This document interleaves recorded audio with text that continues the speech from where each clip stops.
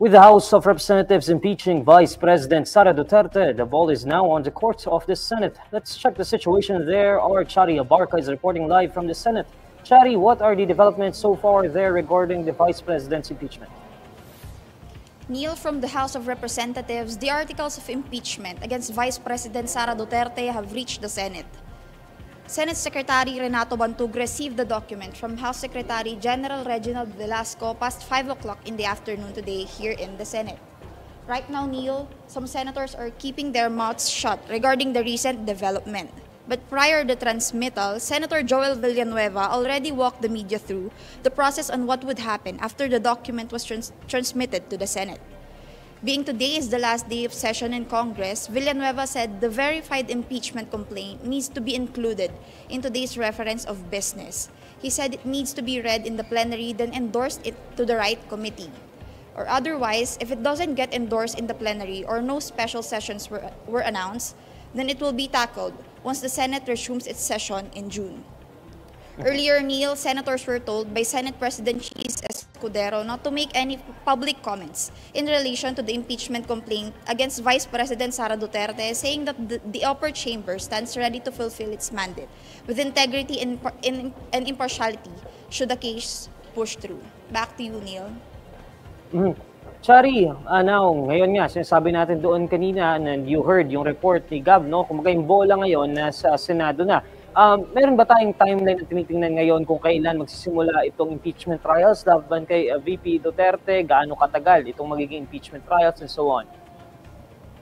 Neil, as we all know, ito yung kauna-unahang beses na nagkaroon ng impeachment laban sa ikalawang Pangulo ng Pilipinas. So, there's really no clear timetable on how long this would last. Pero to provide context, Neil, yung kagaya ng nabanggit ni Gab kanina is yung latest and last na impeachment proceedings na naganap is yung laban kay former Chief Justice Renato Corona. And Neil, it transpired on December 12, 2011 and it ended on May 9, 2012. So more or less 6 months, Neil. If we're looking at 6 months, Charino, hindi mahirap iwasan yung paparating na midterm elections natin. Do we see kung paano maka-apekto into impeachment trials dito sa darating na midterm elections? Neil, nauna nang sinabi ni Senate President Cheese Escudero na hindi makaka-apekto itong impeachment kung mag-push through man sa darating na midterm polls. Pero Neil, kaugnay nito, nagpahayag na rin si Senator Ronald Bato de la Rosa sa recent development na ito, and aniya unfair daw yung timing, and tinawag niya ngang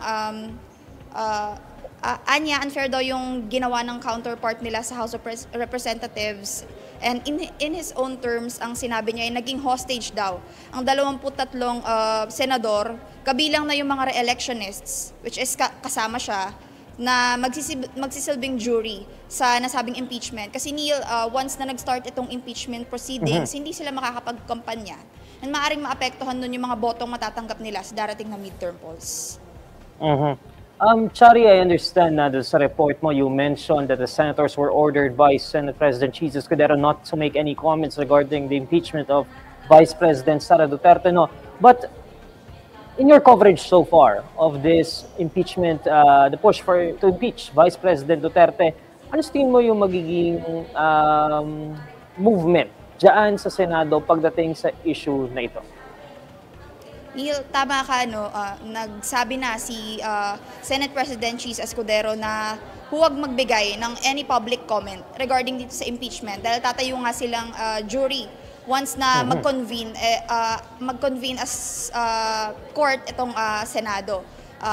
Once na magtuloy itong impeachment proceeding laban kay Vice President Sara Duterte. Pero nauna na, Neil, na nabanggit ni Senator Amy Marcos, ni Senator Padilla, at Senator Ronald Bato de la Rosa mismo na pipigilan nila hanggat maaari ang itong impeachment laban kay Vice President Sara Duterte. Pero Neil, to note, nangyari ito bago ito makapagsabi si Senate President Cheese Escudero na huwag munang magbigay ng any public comment regarding this development. And for context, Charino, please correct me if I'm wrong, 2/3 ang kinakailangang boto dyan sa Senado to remove Vice President Sara Duterte from office. Tama ba yon? Yes, Neil, you're correct. Okay, maraming salamat, Chari. That's Chari Barca reporting live from the Senate.